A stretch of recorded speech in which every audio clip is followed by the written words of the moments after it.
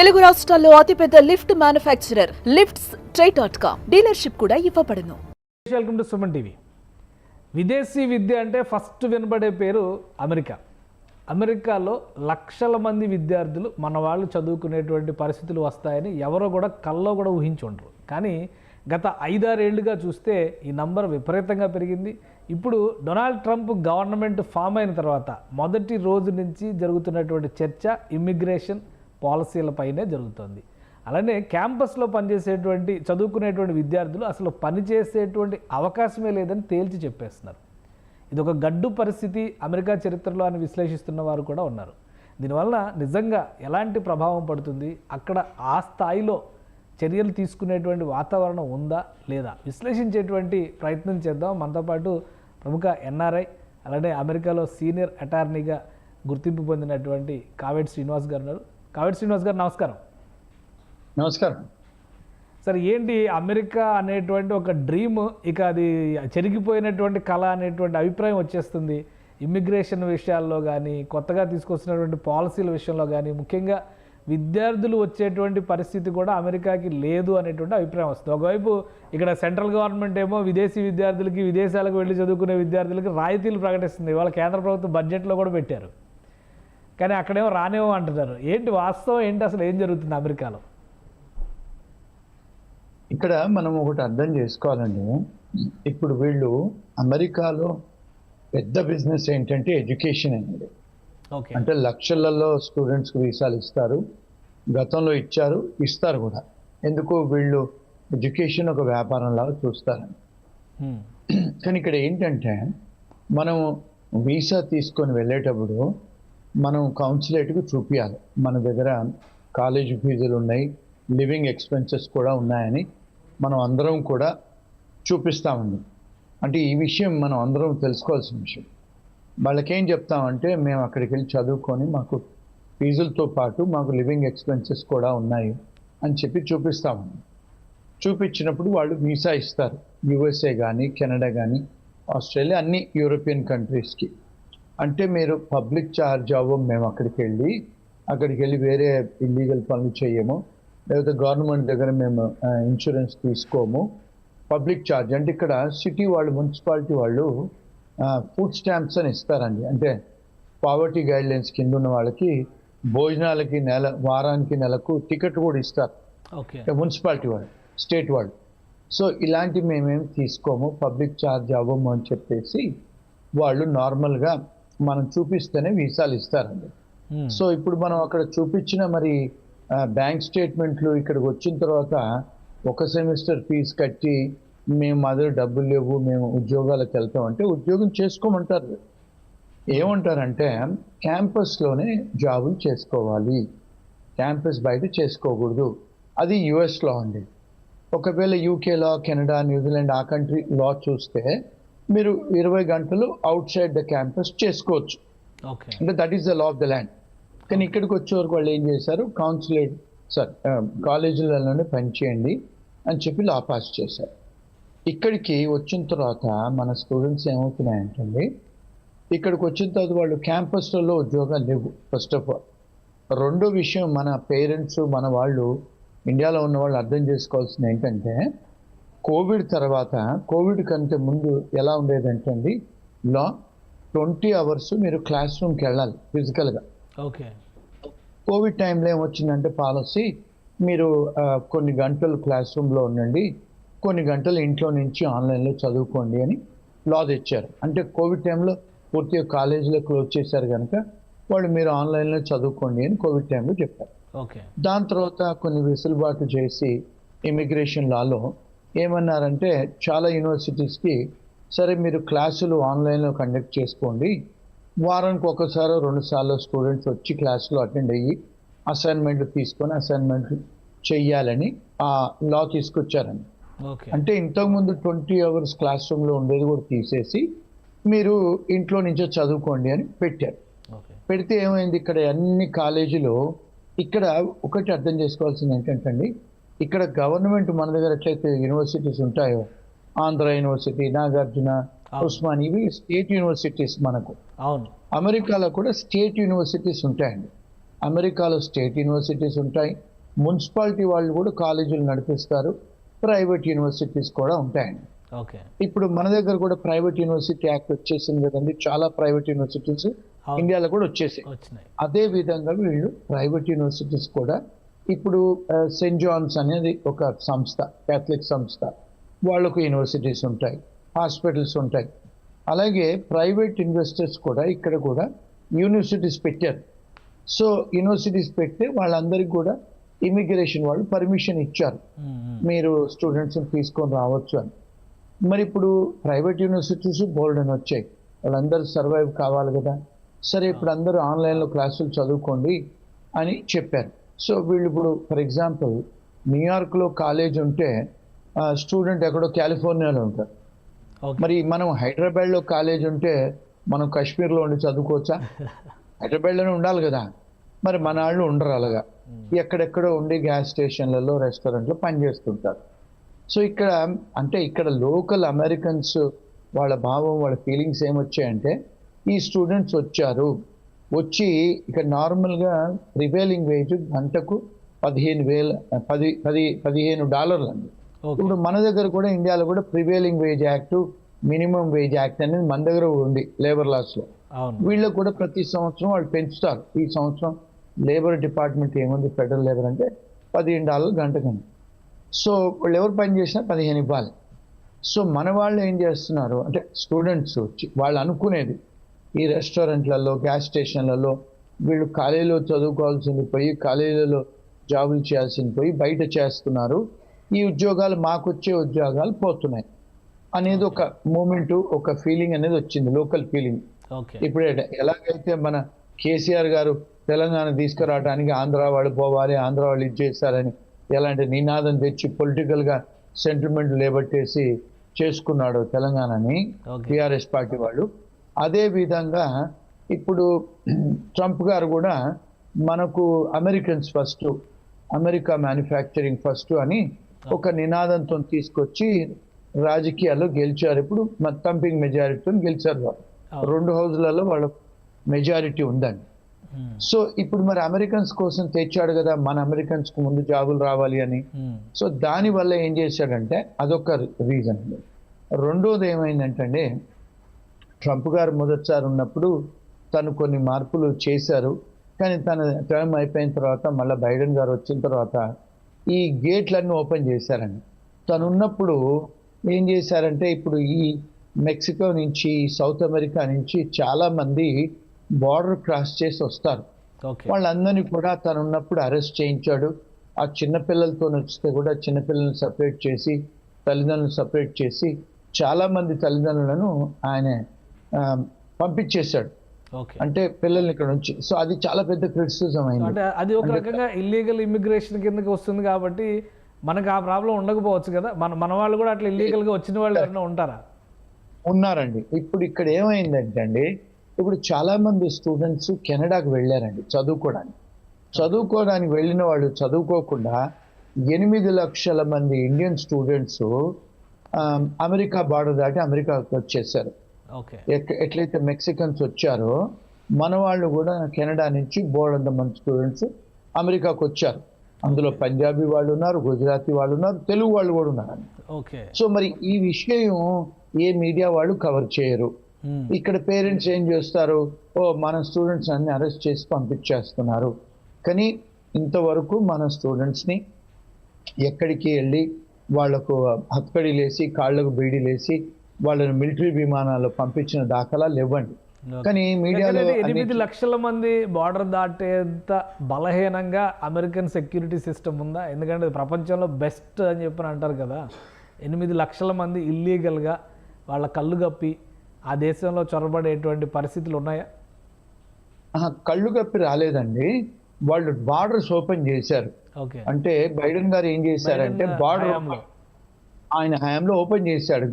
అక్కడే ఓపెన్ చేసి ఎంత ఓపెన్గా చేశారంటే ఎవరైతే ఆ కంట్రీ లోపలికి బార్డర్ దాటి లోపలికి వస్తారో వాళ్లకు భోజనాలు పెట్టారు, వాళ్లకు విమానాలు ఇచ్చి న్యూయార్క్ సిటీ లాంటి సిటీలకు పంపించారు, కాలిఫోర్నియా షికాగోలకు అన్ని శాంక్చురీ సిటీస్కు పంపించారు. పంపిస్తే ఇప్పుడు వాళ్ళకి ఇక్కడ న్యూయార్క్ లాంటి సిటీలలో, షికాగోలో, కాలిఫోర్నియాలో 5-స్టార్ హోటల్ అకామిడేషన్ ఇచ్చి పెట్టారండి వాళ్ళు. పెద్ద పెద్ద హోటళ్లలో వాళ్ళని పెట్టి వాళ్ళకు భోజనాలు ఇచ్చి, ఫుడ్ స్టాంప్స్ ఇచ్చి, లీగల్గా వాళ్ళకి ఏదైతే సలహాలు చేయాలో, వాళ్ళకు అసైలం అప్లికేషన్ పెట్టాలో అన్నీ చేశారు ఆయన బైడెన్ గారి అడ్మినిస్ట్రేషన్లో. అంటే ఓపెన్ బార్డర్ పాలసీ అని పెట్టారు. దానివల్ల ఇక్కడ ఏమైందంటే మన వాళ్ళు క్రిమినల్స్ కాదండి, కాకపోతే ఇప్పుడు ఈ సౌత్ అమెరికా నుంచి డ్రగ్ కార్టల్స్ ఉంటాయి. ఇప్పుడు కొలంబియా కానీ, వెనిజువేలా కానీ, ఇక్కడ ఉన్న పక్క ఈక్వెడోర్ దేశాలలో చాలా మంది క్రిమినల్స్ అక్కడ క్రైమ్ జరిగితే వాళ్ళందరూ కాన్విక్ట్స్ ఏం చేశారు, బార్డర్ క్రాస్ చేసి ఇక్కడికి వచ్చారండి. వాళ్ళతో పాటు భార్య పిల్లలందరూ వచ్చి ఇప్పుడు ఇక్కడ లక్షల మంది వాళ్ళు ఉన్నారు ఇక్కడ. అంటే సౌత్ అమెరికన్స్, స్పానిష్ వాళ్ళ మీద వారెంట్స్ అయ్యి, కేసులు అయ్యి, ఇక్కడ డిప్యూటేషన్ ఆర్డర్ అయిన వాళ్ళు వీళ్ళని తీసుకుపోయి బయటపడేసేది లేదు. ఎప్పుడైతే ఒబామా గారు ఉన్నారో అప్పుడు చాలా మందిని డిపోర్ట్ చేశారు. ఈయనప్పుడు డిపోర్టేషన్ తగ్గిపోయింది. వాళ్ళందరినీ పట్టుకొని పంపిస్తున్నారు ఫస్ట్ తన పాలసీ. సో అంటే ఎక్కువగా మన వాళ్ళు ఆందోళన చెందుతుంది ఏంటంటే, ఇక మీదట అమెరికా రావాలన్న విద్యార్థులు ముఖ్యంగా, మిగతా వాళ్ళందరినీ పక్కన పెడితే మేజర్ ప్రాబ్లం ఏంటంటే ఎడ్యుకేషన్ కోసం అమెరికా రావాలంటే ఇక అది చాలా కష్టమైనటువంటిది, అమెరికా వెళ్ళకపోవడమే బెటర్, అక్కడికి వెళ్తే చాలా కష్టాలు పడే పరిస్థితి ఉంది అనేటువంటి అభిప్రాయాలు వస్తున్నాయి. నిజంగా అటువంటి ప్రాబ్లమ్స్ ఉన్నాయా, లేదా ఇలా కేవలం ఇల్లీగల్గా వచ్చిన వాళ్ళు పడుతున్నటువంటి ఇబ్బందులే ఎక్కువ మీడియాలో ప్రొజెక్ట్ అవుతున్నాయా? ఇప్పుడు ఇక్కడ 2-pronged టెస్ట్ అండి. ఇప్పుడు ఫస్ట్ అమెరికా రావాలనుకుంటే వాళ్ళు స్టూడెంట్ వీసాలు ఇస్తారు. కాకపోతే ట్రంప్ గారు వచ్చిన తర్వాత కొంత ఎన్ఫోర్స్మెంట్ బాగా గట్టిగా జరుగుతుంది. అంటే ఏంటి, ఇప్పుడు ఫర్ ఎగ్జాంపుల్ మనం దొంగ బ్యాంక్ సర్టిఫికేట్లు పట్టుకొని వెళ్తాము, దొంగ కాలేజ్ డిగ్రీలు పట్టుకొని వెళ్తాము, లేకపోతే మీ దగ్గర డబ్బు ఉండదు బ్యాంక్ అకౌంట్లో, మీరు ఇక్కడ యూఎస్కి వస్తారు, బార్డర్లో మిమ్మల్ని చెక్ చేస్తారు. కొన్నిసార్లు మన వాళ్ళు అక్కడ వీసా రాగానే ఇక్కడ ఫ్రెండ్స్ దగ్గర నాకు ఉద్యోగం చూడు బాబాయ్ అన్నయ్య అని చెప్పి టెక్స్ట్ మెసేజ్లు పెడతారు, ఈ ఫేస్బుక్లోకి వెళ్ళి గెలుపుతారు. ఇవన్నీ కూడా మన ఫోన్లలో ఉంటాయండి. వాళ్ళు బార్డర్లో వచ్చినప్పుడు ఇవన్నీ చెక్ చేస్తున్నారు. అంటే H1 వీసా వాళ్ళనే కానీ, లేకపోతే స్టూడెంట్ వీసాలే కానీ, ఈవెన్ విజిటర్ వీసాలను కూడా చెక్ చేస్తున్నారు. ఎందుకు, తన బైడెన్ అడ్మినిస్ట్రేషన్లో టాప్ లెవెల్ ఎన్ఫోర్స్మెంట్ చెయ్యాలని తను ఎగ్జిక్యూటివ్ ఆర్డర్స్ సంతకాలు పెట్టారు. మరి రాజు ఏం చెప్తే ప్రజలు అదే చేయాలి కదండి. సో వాళ్ళు సీరియస్గా ఎన్ఫోర్స్ చేస్తున్నారు. ఆ ఎన్ఫోర్స్మెంట్లో ఎవరైతే ఇల్లీగల్గా వచ్చి ఇల్లీగల్ పనులు చేయాలో, లేకపోతే ఇక్కడికి వచ్చి కాలేజీ కాదు మేము ఉద్యోగం చేయడానికి వస్తాం అనుకున్న వాళ్ళకి డెఫినెట్గా ఇబ్బందులు ఎదుర్కొంటున్నారు. సో అది కాకుండా లీగల్గా వచ్చే వాళ్ళకు డెఫినెట్గా అమెరికాకు పెద్ద బిజినెస్ ఎడ్యుకేషనే కనుక ఎవరైతే నిజంగా చదువుకొని వాళ్ళు ఇక్కడ చదువుకొని సిపిటీలు ఓపీటీలు ఉద్యోగాలు చేయాలి లీగల్గా అనుకున్న వాళ్ళకి ఇబ్బందులు ఉండవండి. అంటే మీరు you have to follow the law ఒకటండి. ఇప్పుడు ఈ H1B వాళ్ళు కూడా కొంతమంది డిపోర్ట్ అవుతున్నారు. ఇది చాలా మందికి, మన పేరెంట్స్కు, మన ఫ్యామిలీకి, మీడియా వాళ్ళకు తెలియని విషయం ఏమిటి అంటే, ఇక్కడ 87% ఐటీ కంపెనీలు మన తెలుగు వాళ్ళు, మన ఇండియన్సే రన్ చేస్తారండి అమెరికా మొత్తంలో. ఇప్పుడు మీరు చూసుకుంటే గూగుల్ CEO ఇండియనే, మైక్రోసాఫ్ట్ CEO ఇండియనే. మరి వీళ్ళను మరి ఎందుకు చేస్తారండి? పెప్సీ ఇలాంటి పెద్ద పెద్ద కంపెనీస్కి CEOలు ఎందుకు చేస్తారు చెప్పండి ఇండియన్స్ని? అంటే మన మీద రెస్పెక్ట్ ఉండే కదా. ఇప్పుడు చూడండి, వైస్ ప్రెసిడెంట్ భార్య కూడా ఇండియనే. ఇప్పుడు మళ్ళీ FBI డైరెక్టర్ కూడా ఇండియన్నే పెడతా అంటున్నాడు ఆయన, ఏది కీష్ పటేల్ని. మరి ఆయన ఇండియనే కదా, గుజరాతీ అతను. ఇప్పుడు తులసిని, ఆమెను వేరే ఒక గవర్నమెంట్ డిపార్ట్మెంట్కు కన్ఫర్మేషన్ అవుతుంది. మరి భారతదేశస్తులకు ఇంత ఇంపార్టెన్స్ ఇచ్చి ఆయనే మినిస్ట్రీలోనే ఆయన విసులుబాటు చేస్తే, ఇప్పుడు ఆయన రామన్ ఉన్నారు, ఆయన వాళ్ళందరికీ కూడా ఇంపార్టెంట్ పొజిషన్స్ ఇచ్చి మరి వాళ్ళకి ఇచ్చి ఇంత పెద్ద పెద్ద కంపెనీకు CEOలుగా చేస్తున్నారే తెల్లవాళ్ళని కాకుండా మన వాళ్ళ మీద రెస్పెక్ట్, మన వాళ్ళ మీద క్యాలిబరు, మన నాలెడ్జ్ ఉందనే కదా చేస్తున్నారు. మరి 87% ఐటీ కంపెనీస్ నడిపించేవాళ్ళు మొత్తం ఒక్కొక్క ఐటీ ప్రోగ్రామరు 1.5 కోటి సంపాదిస్తున్నారు కదండి H1B వచ్చిన వాళ్ళు. మరి 87% మన వాళ్ళే ఉన్నారు ఈ దేశంలో. మరి ఒకవేళ మన మీద వాళ్ళు చూపించేదంటే ఉక్కుపాదము, మనకెందుకు ఆపర్చునిటీ ఇస్తారు చెప్పండి? డాక్టర్స్ ఉన్నారు, ఐటీ కంపెనీ ఓనర్స్ ఉన్నారు, అకౌంటింగ్ ఫర్మ్స్ వస్తున్నాయి, ఇప్పుడు ఈవెన్ నర్సెస్ కూడా వస్తున్నారు. మన వాళ్ళు ఈవెన్ హోటళ్లలో కూడా పనిచేసే వాళ్ళు జీవన్ మీద వస్తున్నారు, అందరూ వస్తున్నారు. రైట్ అంటే లీగల్ గా వచ్చి పని చేసుకునే వాళ్ళకు అంత బానే ఉంది. రైట్. కానీ ఎక్కడైతే కావేటి శ్రీనివాస్ గారు, మీరు ఏం సలహా ఇస్తారు ఇప్పుడు అమెరికా రావాలనుకుంటున్నటువంటి స్టూడెంట్స్కి, ప్లస్ అమెరికాలో ఉండి ఇబ్బంది పడుతున్నాం అనుకునేటువంటి వాళ్ళకి ఇచ్చేటువంటి సొల్యూషన్ కానీ, సలహా కానీ, పరిష్కార మార్గాలు కానీ ఏంటి? లీగల్ గా రావాలండి, చదువుకోవడానికి రావాలి, ఫీజులు కట్టడానికి పరిస్థితి ఉంచుకోవాలి, కాలేజీలలో జాబులు ఎత్తుక్కోవాలి. కొన్నిసార్లు ఇక్కడ ప్రొవిజన్ కూడా ఉందండి ఇమిగ్రేషన్ లాలో, వాళ్ళకు ఒకవేళ ఆర్థిక ఇబ్బందులు జరిగితే కాలేజ్తో డిస్కస్ చేసి ఈవెన్ వర్క్ పర్మిట్ కూడా అప్లికేషన్ పెట్టుకోవచ్చండి. ఆ ప్రొవిజన్ ఉంది, అంటే బయట ఉద్యోగాలు చేయటానికి ఆ ప్రొవిజన్ ఉంది. రెండోది ఏంటంటే ఈ H1B వచ్చే వాళ్ళు ఇల్లీగల్గా ఆ డాక్యుమెంట్స్, వర్క్ ఎక్స్పీరియన్స్ లెటర్లు ఇల్లీగల్గా రెజ్యూమేలు చేసుకోకుండా లీగల్గా వచ్చేటట్టయితే వాళ్ళకు బాగానే ఉందండి. మూడోది ఏంటంటే ఇక్కడ డెఫినెట్గా అమెరికా పెద్ద దేశము, education best in the world, even IT కూడా best in the world, medicine కూడా బెస్ట్, అన్ని ఈ డెఫినెట్గా వాళ్ళు లీగల్గా చేసుకున్నారంటే రావచ్చు, వచ్చి జాగ్రత్తగా చేసుకోవచ్చు అండి. అది మూడోది ఏంటంటే నో యువర్ రైట్స్, మన అర్హతలు హక్కులు ఏంటి తెలుసుకోండి. రాకముందే ఆన్లైన్లో రీసెర్చ్ చేసుకొని రావాలండి. ఇక్కడికి వచ్చిన తర్వాత అయ్యో నాకు తెలియదు, I don't know the law అంటే ignorance of law is not excuse అండి. డెఫినెట్గా అవన్నీ జాగ్రత్తలు తీసుకొని వస్తే డెఫినెట్గా ఫ్యూచర్ ఉంది. ఎందుకంటే వీళ్ళు ఇప్పుడు ఎకానమీ కూడా పెరుగుతుంది మళ్ళా, కానీ వచ్చిన తర్వాత స్టాక్ మార్కెట్ పెరిగింది, ఇప్పుడు ఉద్యోగాలు కూడా వస్తున్నాయి. ఇప్పుడు చాలా మంది ఇల్లీగల్ వాళ్ళని తీసేస్తే లీగల్ వాళ్ళకు ఉద్యోగాలు ఉంటాయి కదండి. చాలా మంది ఇల్లీగల్ వాళ్ళు వెళ్ళిపోతున్నారు కూడా. సో ఉద్యోగాలు డెఫినెట్గా ఉంటాయి, మంచి జాబులు ఉంటాయి, మంచి లీగల్గా జాబులు చేస్తే ఉంటాయి. ఎవరైనా మరి ఇప్పుడు ఆల్రెడీ స్టార్ట్ అయిపోయింది కదా, అడ్మినిస్ట్రేషన్ ఎలా ఉంది ఓవరాల్గా? ట్రంప్ అడ్మినిస్ట్రేషన్ చాలా మంది ఆందోళన చెందుతూ ఉన్నారు. ఇండియన్స్ ఏదో అంటే మీరు అన్నట్టుగా ఇల్లీగల్ లీగల్ ఆ వేరియేషన్ ఎప్పుడూ ఉంటుంది, బట్ ఓవరాల్గా మనల్ని పంపించేస్తారేమో, మనకు అవకాశాలు తగ్గిపోతాయేమో అనుకునేటువంటి ఆందోళన కానీ అలాంటి పరిస్థితులు కానీ ఉన్నాయి. ఎందుకంటే చాలామంది గ్రీన్ కార్డు అప్లై చేస్తున్న వాళ్ళు రావేమో, ఇక ఎవరేమో H1B తగ్గించేస్తారేమో, ఇట్లాంటి భయాలు ఉన్నాయి. వాటి పరిస్థితి అవునండి. H1Bలో ఈ సంవత్సరము చాలా స్ట్రిక్ట్ ఎన్ఫోర్స్మెంట్ చేస్తా అంటున్నారు, ఆ పాలసీతో వచ్చింది. ఎవరైతే H1B కంపెనీ ఓనర్లు డబ్బులు తీసుకొని స్పాన్సర్ చేస్తారో లేకపోతే ఇల్లీగల్ చేస్తారో అవన్నిటికీ వాళ్ళు వచ్చి చెక్ చేస్తా అంటున్నారు. వాళ్ళ ఆఫీసులకు వచ్చి చాలా స్ట్రిక్ట్గా ఉంటుంది. సో జాగ్రత్తగా లీగల్గా చేసుకుంటే I don't see any problem అండి. రెండోది ఏంటంటే నో యువర్ రైట్స్. కొన్నిసార్లు ఎయిర్పోర్ట్లలో జాగ్రత్తగా ఆన్సర్స్ ఇవ్వాలి. వచ్చిన తర్వాత కూడా వాళ్ళు వచ్చి ఒకవేళ ఇమిగ్రేషన్ వాళ్ళు వచ్చి స్టూడెంట్స్ను పట్టుకునే పరిస్థితులు ఉంటే వాళ్ళు రైట్ టు రిమైన్ సైలెంట్ ఉంది. ఇమిగ్రేషన్ విషయాలు చెప్పే అవసరం లేదు. ఆ ఇమిగ్రేషన్ వాళ్ళకి మంచి లాయర్లను సంప్రదించాలి, తెలుసుకోవాలండి. అంటే if they are by the law డెఫినెట్గా ఇప్పుడు చాలాసార్లు మన స్టూడెంట్స్ ఏంటంటే డ్రింక్ అండ్ డ్రైవింగ్ చేసుకుంటూ పట్టుపడతారు. మరి అలాంటప్పుడు ఇబ్బందులు అవుతాయి. వాళ్ళు మొన్న ఒక క్లయింట్ ఫోన్ చేసి డ్రింక్ అండ్ డ్రైవ్ చేస్తున్నాడు, పోలీసు వాడు ఆపాడు. ఆపితే వాడు ఈవెన్ ఇమిగ్రేషన్ స్టేటస్ అడిగాడు, స్టూడెంట్ వీసా అంటే వాడు ఎక్కడో ఇంకొక క్లయింట్ ఒక గ్యాస్ స్టేషన్లో పనిచేస్తున్నాడు, వచ్చి వాళ్ళు లిక్కర్ అమ్మితే పట్టుకున్నారు. అడిగారు నీకు రైట్ టు వర్క్ ఉందా అంటే లేదంటే వాడు ఈవెన్ ఆ టికెట్లోనే రాశాడు నో వర్క్ పర్మిట్ ఉందని, నో వర్క్ పర్మిట్ అని. ఇలాంటివి అయినప్పుడు మళ్ళీ వాళ్ళు ఇమిగ్రేషన్ తెలుపుతారు కదండి.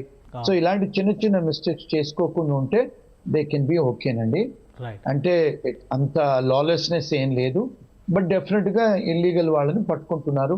ఎవరికైతే వారెంట్స్ ఉన్నాయో వాళ్ళ మీద కేసులు ఉన్నాయో స్పానిష్ వాళ్ళ మీద బాగా టార్గెట్ చేస్తున్నారు, పట్టుకొని వాళ్ళని రిపోర్ట్ చేస్తున్నారు. Right. Thank you Kaveti Srinivas గారు, న్యూయార్క్ నుంచి అప్డేట్స్ ఇచ్చినందుకు. ఇది అమెరికాలో పరిస్థితి, ఇక్కడ జరుగుతున్నటువంటి ఆందోళనకి సంబంధించి కావేటి శ్రీనివాస్ గారు ఒక క్లారిటీ ఇచ్చారు. ఇల్లీగల్గా వచ్చిన వాళ్ళు, ఇల్లీగల్గా పని చేయాలని ప్రయత్నం చేస్తున్న వాళ్ళు మాత్రమే ఇబ్బంది పడుతున్నారు, మిగతా అంతా కూడా సవ్యంగానే ఉంది. అలానే అడ్మినిస్ట్రేషన్లో ట్రంప్ భారతీయులకి చాలా ప్రాధాన్యం ఇస్తున్నటువంటి పరిస్థితి ఉంది. ప్రధానంగా గత బైడెన్ ప్రభుత్వం తీసుకున్నటువంటి నిర్ణయాలను సరిచేసేటువంటి క్రమంలోనే ఇమిగ్రేషన్ పాలసీల విషయంలో స్ట్రిక్ట్ ఎన్ఫోర్స్మెంట్ జరగబోతుంది. అలానే రాబోయే రోజుల్లో H1B వీసాలకు సంబంధించి కానీ, స్టూడెంట్ వీసాలకు సంబంధించి కానీ నియమ నిబంధనలు కఠినతరం చేస్తారు. అక్కడికి వెళ్లే ముందే నియమాలు, ల్యాండ్ లాస్ కూడా తెలుసుకుంటే ఎలాంటి సమస్యలు రావు, ఇగ్నోరెన్స్ అనేదాన్ని యాక్సెప్ట్ చేసేటువంటి పరిస్థితి ఉండదు అని హెచ్చరిస్తున్నారు. సో అమెరికాలో ఉన్నటువంటి తెలుగు వాళ్ళు అప్రమత్తంగా ఉండాలి, చట్టాల గురించి తెలుసుకోవాలి, అలానే వైలేషన్స్ విషయంలో జాగ్రత్త వహించాల్సినటువంటి అవసరం ఉంటుంది. ఇక అమెరికా వెళ్ళాలని ఆశించే వాళ్ళు ముఖ్యంగా ఫైనాన్షియల్ స్టేటస్ పైన ఫోకస్ పెట్టాలి. అక్కడికి వెళ్ళి ఏదో ఒక ఉద్యోగం చేసుకుందాం అనేటువంటి వాతావరణం ఉండకపోవచ్చు. క్యాంపస్లో దొరికేటువంటి జాబ్స్ మినహా మిగతా అవకాశాలు చాలా తక్కువగా ఉంటాయనే విషయాన్ని అర్థం చేసుకున్న తర్వాతే అమెరికా ప్రయాణానికి ప్రణాళిక వేసుకోవాల్సిన అవసరం ఉందని కావేటి శ్రీనివాస్ గారి మాటలను బట్టి అర్థమవుతుంది. ఇది స్పెషల్ డిస్కషన్. Keep watching.